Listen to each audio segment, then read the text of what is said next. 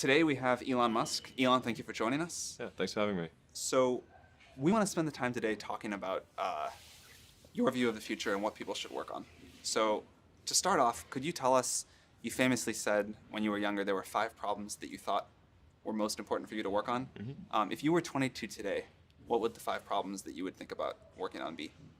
Well, first of all, I think if somebody is doing something that is useful to the rest of society, I think that's a good thing. Like, it doesn't have to change the world. Like, you know, if you're doing something that has high value to people, and frankly, even if it's something, if it's like just a little game, or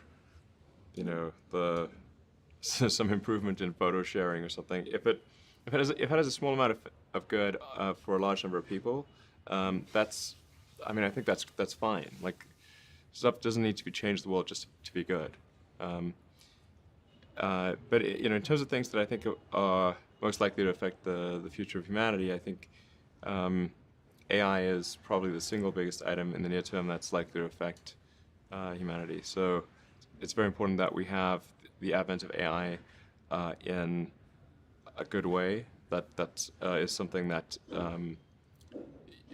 if you could look into the crystal ball and see the future, you would like that outcome, because it is something that could go wrong, as we've talked about many times, and so we really need to make sure it goes right.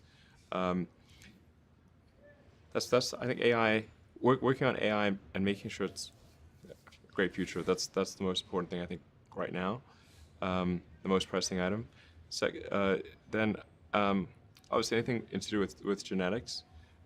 If you can actually solve genetic diseases, if you can prevent dementia or Alzheimer's or something like that, with genetic reprogramming, that would be wonderful. So I think there's genetics.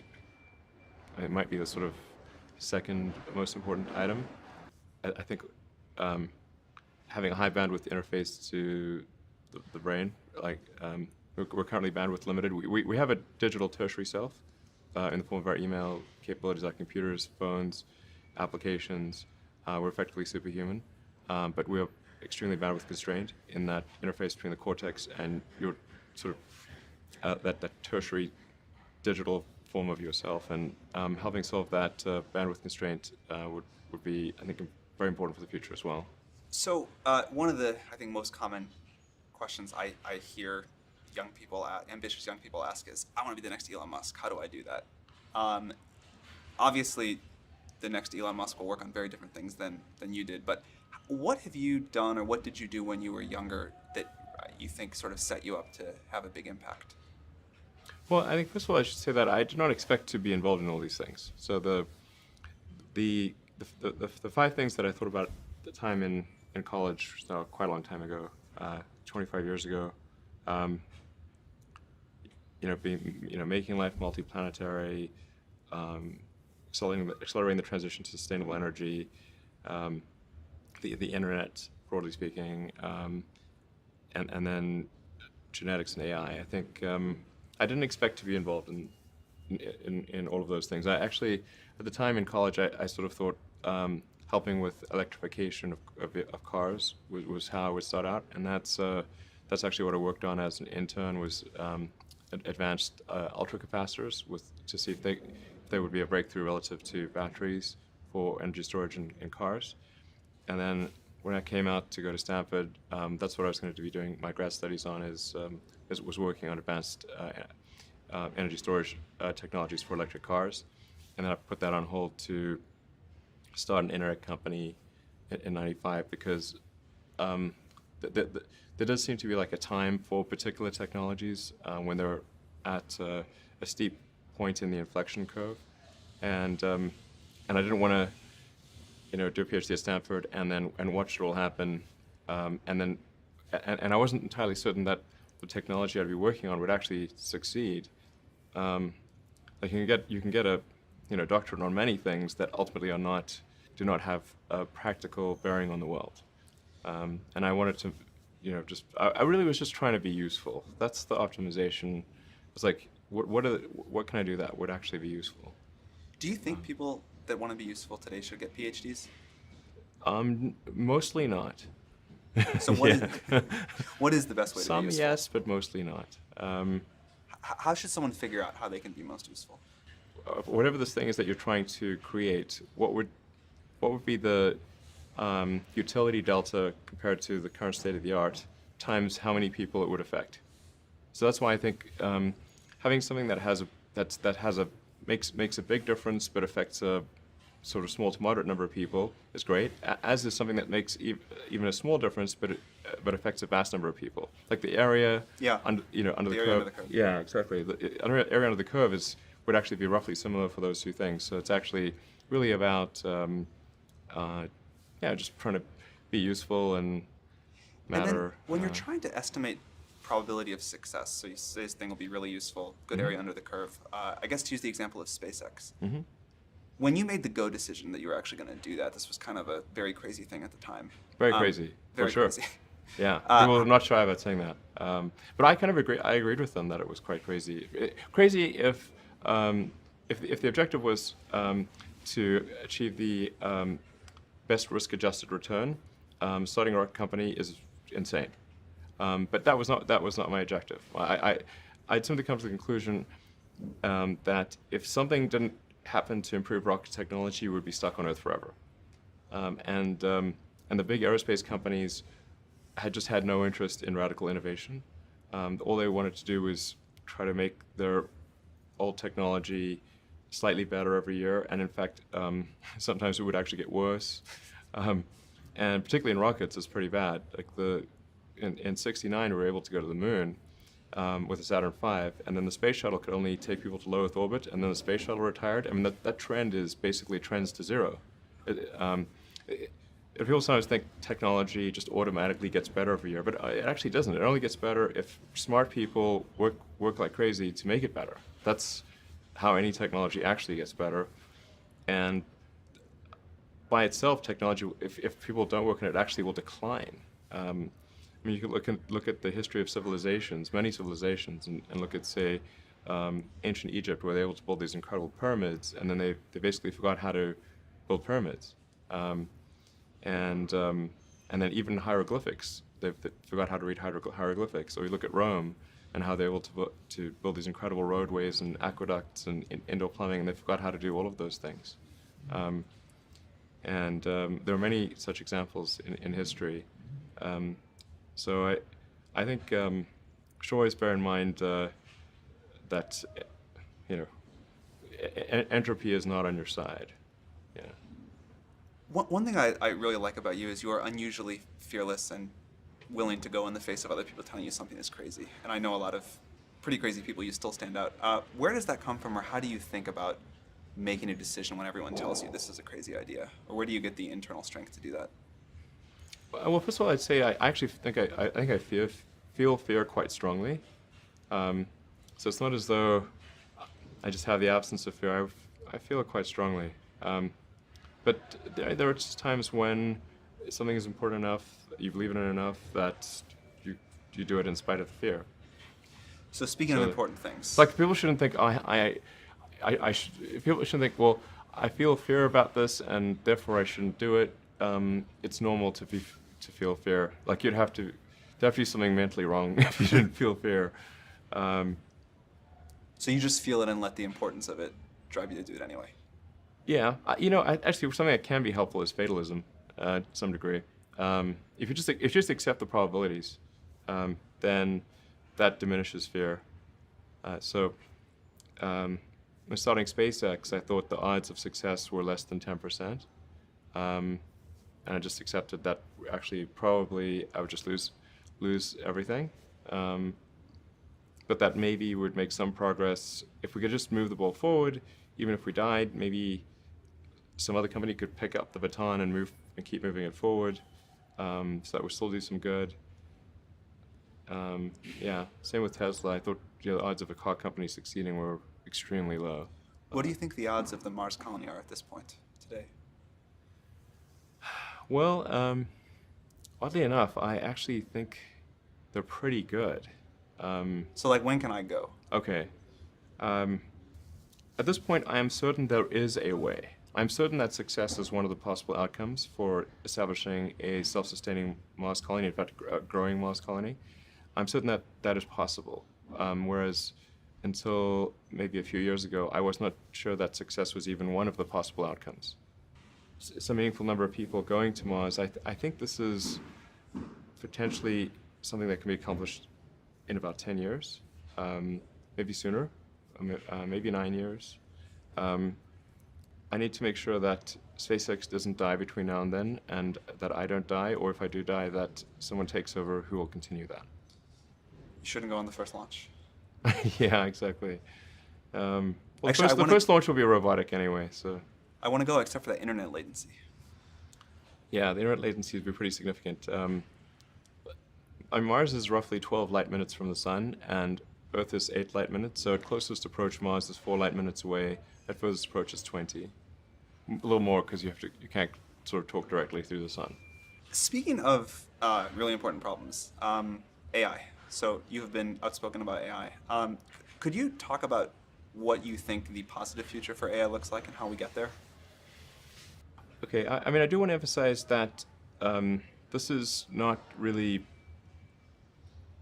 something that I advocate, or this is not prescriptive. This is simply hopefully predictive.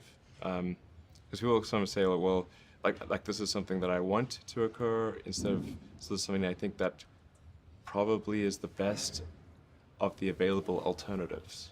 The best of the available alternatives that I can come up with, and maybe somebody else can come up with a better approach or better outcome, is that we achieve democratization of AI technology, meaning that no one company or small set of individuals has control over advanced AI technology. I think that's very dangerous. It could also get stolen by somebody bad, like some evil dictator of a country could send their intelligence agency to go steal it and gain control.